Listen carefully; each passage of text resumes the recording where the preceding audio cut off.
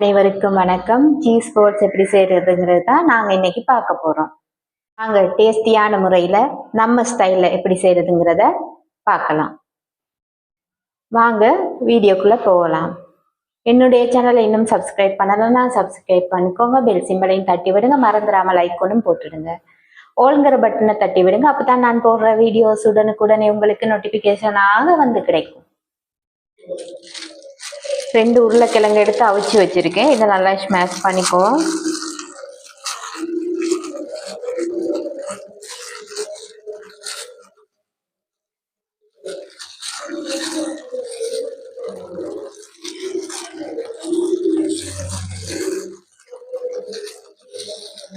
இந்த மாதிரி ஒரு மேசைக்கரண்டி கார்ன்ஃப்ளவர் சேர்த்துக்கிடுவோம். சரியா ஒரு மேசைக்கரண்டி சேர்த்துக்கோங்க. தேவையான அளவு உப்பு,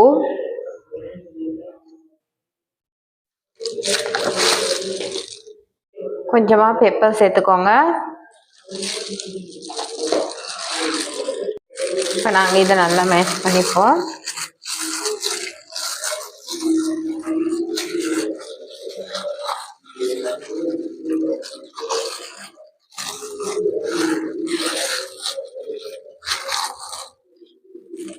இந்த மாதிரி இப்போ நாங்கள் மிக்ஸ் பண்ணி எடுத்தாச்சு. இப்போ ஒரு முட்டை எடுத்துக்கலாம்.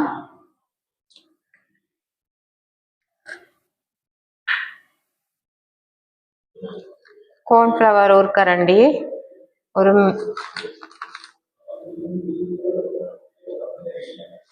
நாங்கள் இதை நல்லா மிக்ஸ் பண்ணிப்போம்.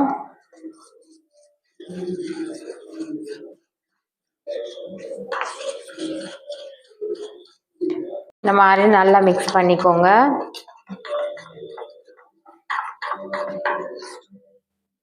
நாங்கள் இப்போ எப்படி போல் செய்கிறேன்னு பார்க்கலாம். இந்த மாதிரி கைக்கு கொஞ்சம் எண்ணெய் போட்டுக்கோங்க. எண்ணெய் போட்டுட்டு இந்த மாவு எடுத்து இந்த மாதிரி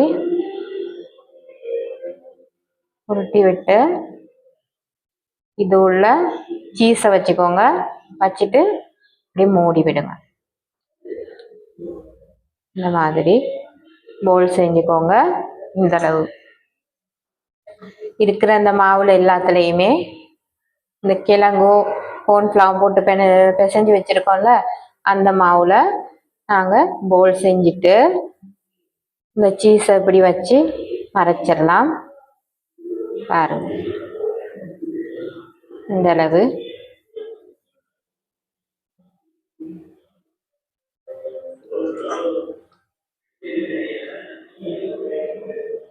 சின்ன சின்னதா போல் செஞ்சுக்கோங்க.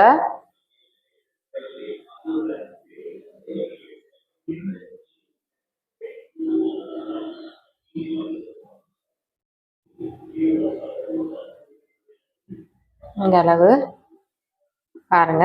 இந்த மாதிரி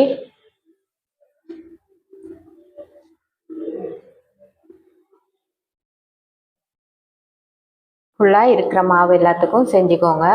இப்போ நாங்கள் இந்த செஞ்சு வச்சிருக்கோம்ல சீஸ் பால்ஸ், அதை வந்து இந்த முட்டை கலவையில சேர்த்துக்கலாம்.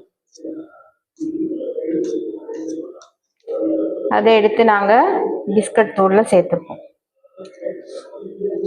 இந்த மாதிரி சேர்த்துட்டு மறுபடியும் முட்டை கலவையில சேர்த்துருங்க. இப்படி 2 முறை செஞ்சாதான் இது சரியா வரும்.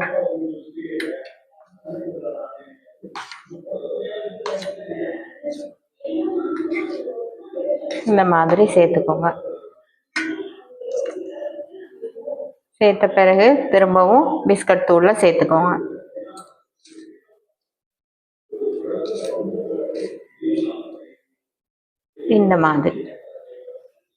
இந்த மாதிரி எல்லாமே செய்து எடுத்துக்கிறணும்.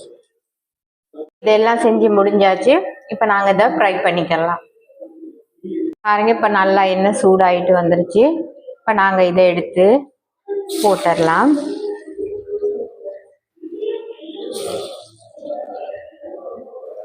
இந்த மாதிரி சேர்த்துக்கோங்க.